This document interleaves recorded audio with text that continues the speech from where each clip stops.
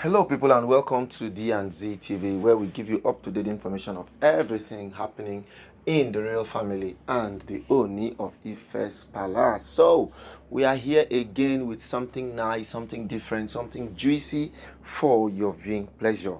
So, if you've not subscribed to our channel, this is the opportunity. You need to subscribe to our channel. Click on the notification button, comment, like, and share our videos, and we will definitely do one thing to do, which is to give you more updates and more information. So one beautiful thing about Naomi's coming to the palace is the fact that she always has value to add to the ooni of Ife. Yes, her value to the ooni of Ife's palace cannot be underestimated, as she makes sure that every time if there's something new, something different that ought to be said or ought to be told, the first person who talks about it, who God uses to speak to the ooni about, is always Naomi. So right about now, there's a prophecy that has come up for Naomi, right, which has told her that she should warn the ooni that the ooni should be very, very careful of some foreigners. That the ooni should be careful of some foreigners, because if they are not careful about some foreigners, they will actually come and disrupt the peace in the palace. Yes, disrupting the peace in the palace is something that the ooni cannot afford to entertain. Now, Naomi is saying this because Ronke over the time has been hobnobbing and having collaborations with a lot of foreigners. And these collaborations, if not properly handled, will actually do nothing but cause a disintegration in the palace. Yes, the disintegration in the palace can come in different ways and different dimensions. And it is pertinent to note that as of now, we've had a lot of people wanting to come and really understand what is happening at the palace of the Ooni of Ife. And we should also understand that the palace of Ooni's palace is a very revered place. It's a very historical place. If you understood what happened in some years past, now, what happened in some years past is that Africa had a particular tradition that we all were adhering to. But the whites, who are foreigners, now came and took our own traditions and now dumped theirs with us. Now, imagine a situation where we had our own culture, we had our own tradition, but they came, took our tradition, and then gave us guns to use and buy each other. This is actually something that these people did, which, as a matter of fact, I think it was very, very wrong. Yeah, it was quite wrong, because you cannot now want to tell us not to do what we feel we should do, and rather begin to do your own, only for it to now be that your own is now causing us so much harm. Imagine what happened to Amadioha. Before now, the Igbos were serving Amadioha, the Yorubas were serving Shango, and a lot of other traditions had their own personal traditional practices that they have always been imbibing on. But these guys now came, took all our traditions, took all our culture, took all our beliefs, and now decided to deposit theirs with us. So this is actually the warning that Olori Naomi is giving to the king, that the king should be extremely careful with all of these foreigners who are trooping in through Olori Ronke. That Ronke might be having another plan.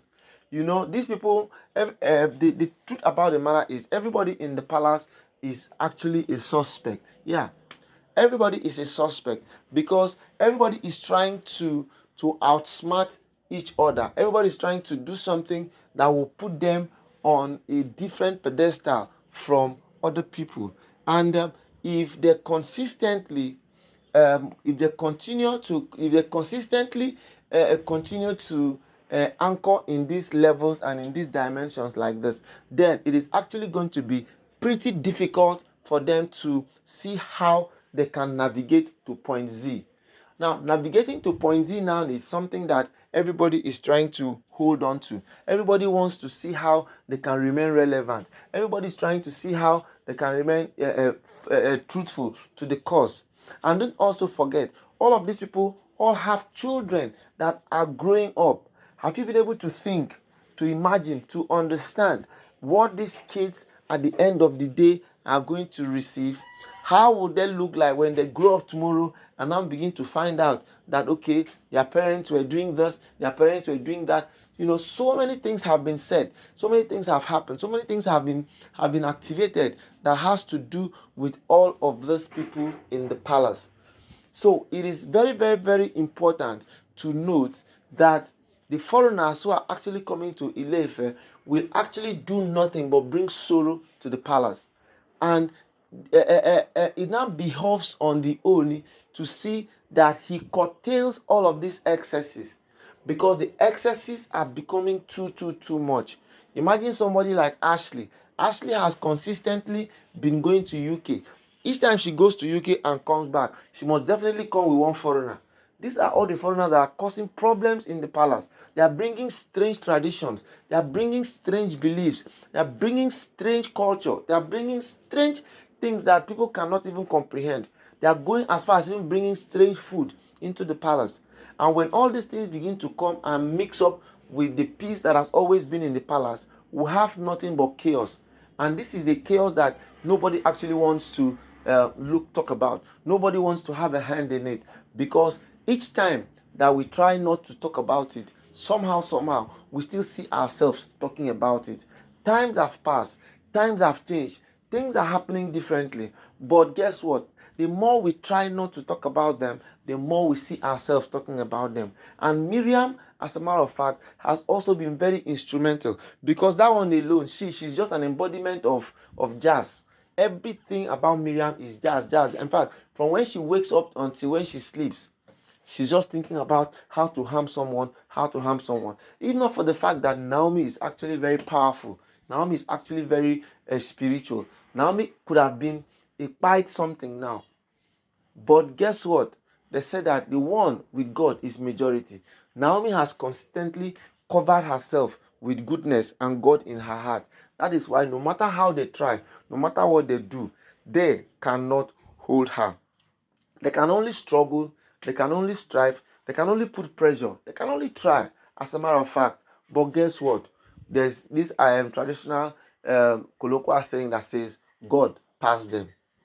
God actually passed all of these people who have been trying in all their possible means to see that they bring down the palace. So, only be careful about the foreigners. That's Naomi now telling to Oni that he should be careful about the foreigners that have consistently been coming to the palace, because they are going to cause more harm than good in the palace.